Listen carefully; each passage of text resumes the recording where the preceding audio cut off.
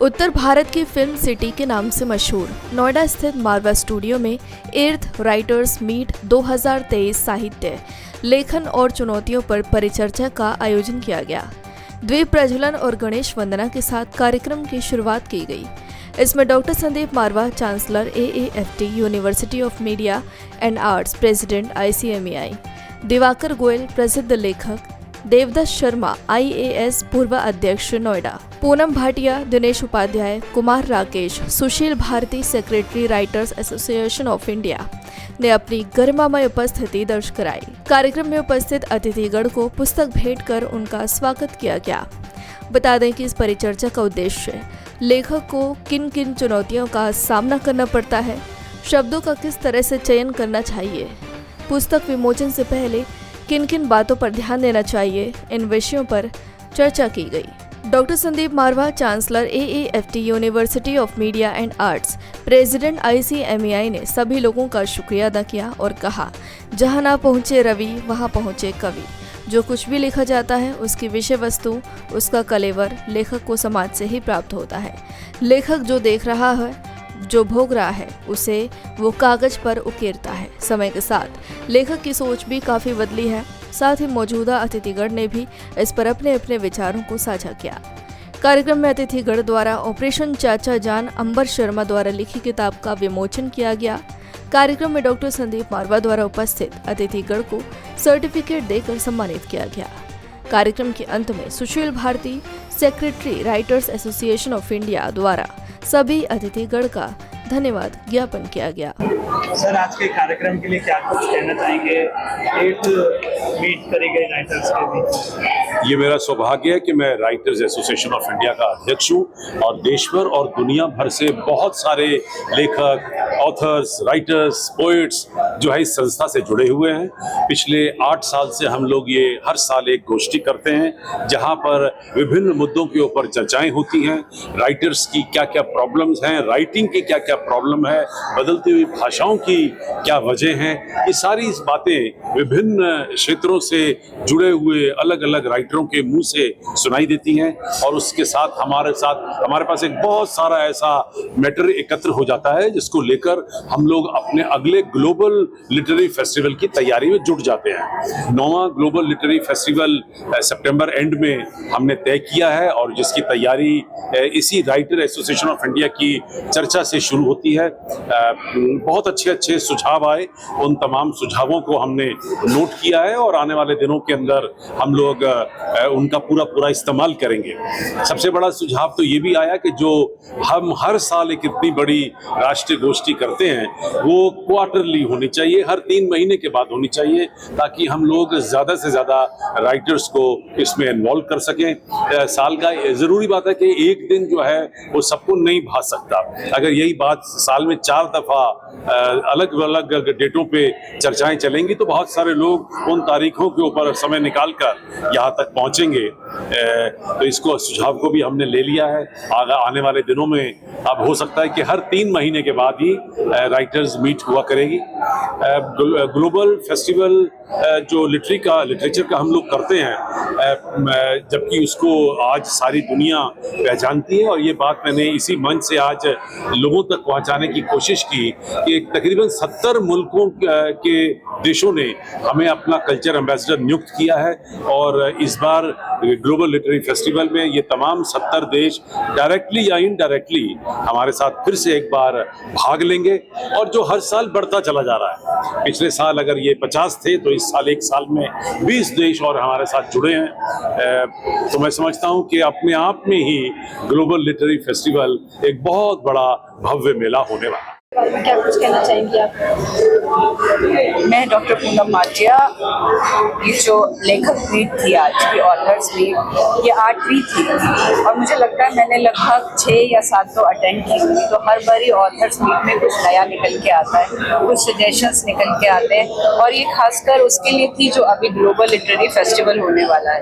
तो global literary festival मरवा studios में AAFT द्वारा जब से स्टार्ट हुआ, मैं इसके साथ जुड़ी हुई हूँ। और आज की मीट भी बहुत सक्सेसफुल रही, बहुत अच्छे आइडियाज़ आए और संदीप मारवा जी के निर्देशन और जो सुशील भारती जी करते हैं, प्रोग्राम को इम्प्लीमेंट करते हैं, जो निकल के आता है प्रोग्राम हमेशा ही अच्छा होता है, आज भी बहुत अच्छा है। कि जब लेखक कोई भी होता है तो उसको लिखने के लिए एक प्रॉपर एनवायरनमेंट चाहिए होता है और लेखक बना नहीं जाता, लेखक जो होता है वो पैदा होता है, उसका शिल्प सुधारा जा सकता है। तो आज बहुत सी चुनौतियां हैं, लेकिन उन चुनौतियों से पार पाके अच्छा लेखन होना चाहिए, जो समाज की दशा है उसको दिखाते दिखाते समाज के लिए दिशा का निर्माण होगा। I am Dr. Diwakar Goyal. I am chairman of Aero Academy of Aviation Science and Management. Besides that, I am a writer and a poet also. It was a nice occasion to have this kind of meeting association where Dr. Sandeep Marwa has made a great effort to have all the writers here. And I think his message goes very well and to the large sector of society that how to encourage the writers. And today's seminar, you see a lot of new ideas have come.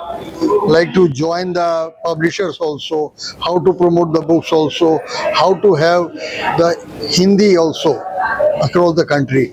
And Dr. Marwa has kindly given the 8 years of Narendra Modi that book to everybody, and it is quite surprising and a very pleasant affair that he has given participant certificate to everybody and all audience have become the speaker. That was a unique thing, which is very rare actually. I never found it, and I am very happy that I gave my books also. My books are in different languages also. So I wish all the success for it. In the global summit, I am looking forward. Let it come. Thank you. Sir, आज के कार्यक्रम के बारे में क्या कुछ कहना चाहिए? साहित्य के विषय को लेकर के नोएडा के अंदर फिल्म सिटी में संदीप मारवा जी के स्टूडियो में जो कार्यक्रम हुआ है, मैं उसकी प्रशंसा करता हूं। लेकिन राष्ट्र के अंदर आज सामाजिक सद्भाव, कुटुंब प्रबोधन, सामाजिक समरसता, इनका अभाव आया है।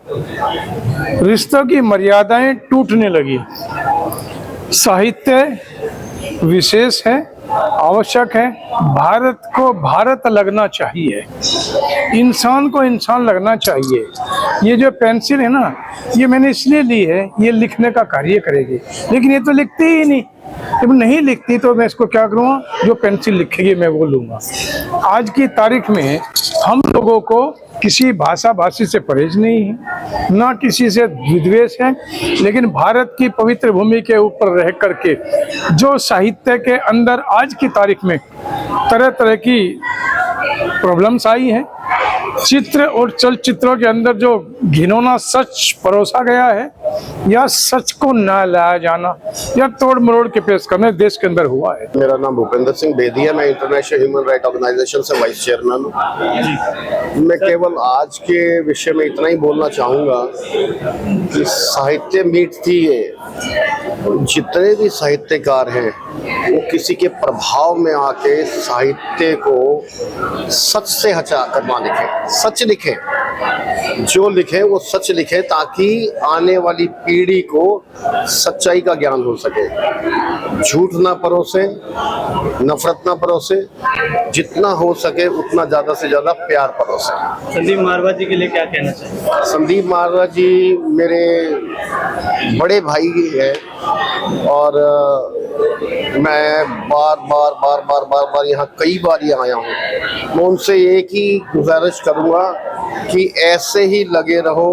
कोई भी किसी भी तरीके का जो अच्छा काम है वो छोड़ो मत। मेरी किताब ऑपरेशन चाचा जान का आज विमोचन हुआ और ऑपरेशन चाचा जान जो है वो हाफिज सईद के ऊपर जो हमला हुआ था उसके ऊपर है कि किस तरीके से कौन लोग थे, कि पूरी प्लानिंग किस तरीके से हुई। कहानी शुरू होती है 2018 से बहरीन से, जहाँ पे अली बुदेश जो कि एक इंडिया का मोस्ट वांटेड गैंगस्टर है, उसकी गोल्ड शॉप से ये कहानी शुरू होती है और इसमें फिर कैरेक्टर्स आते हैं कि कैसे TTP जो तारीख तालिबान पाकिस्तान है वो इन्वॉल्व होता है, कितना पैसा दिया गया, किस तरीके से पैसा पहुंचाया गया और कैसे पूरी प्लानिंग की गई, ये पूरी कहानी बताई जाती है ऑपरेशन चाचा जान में।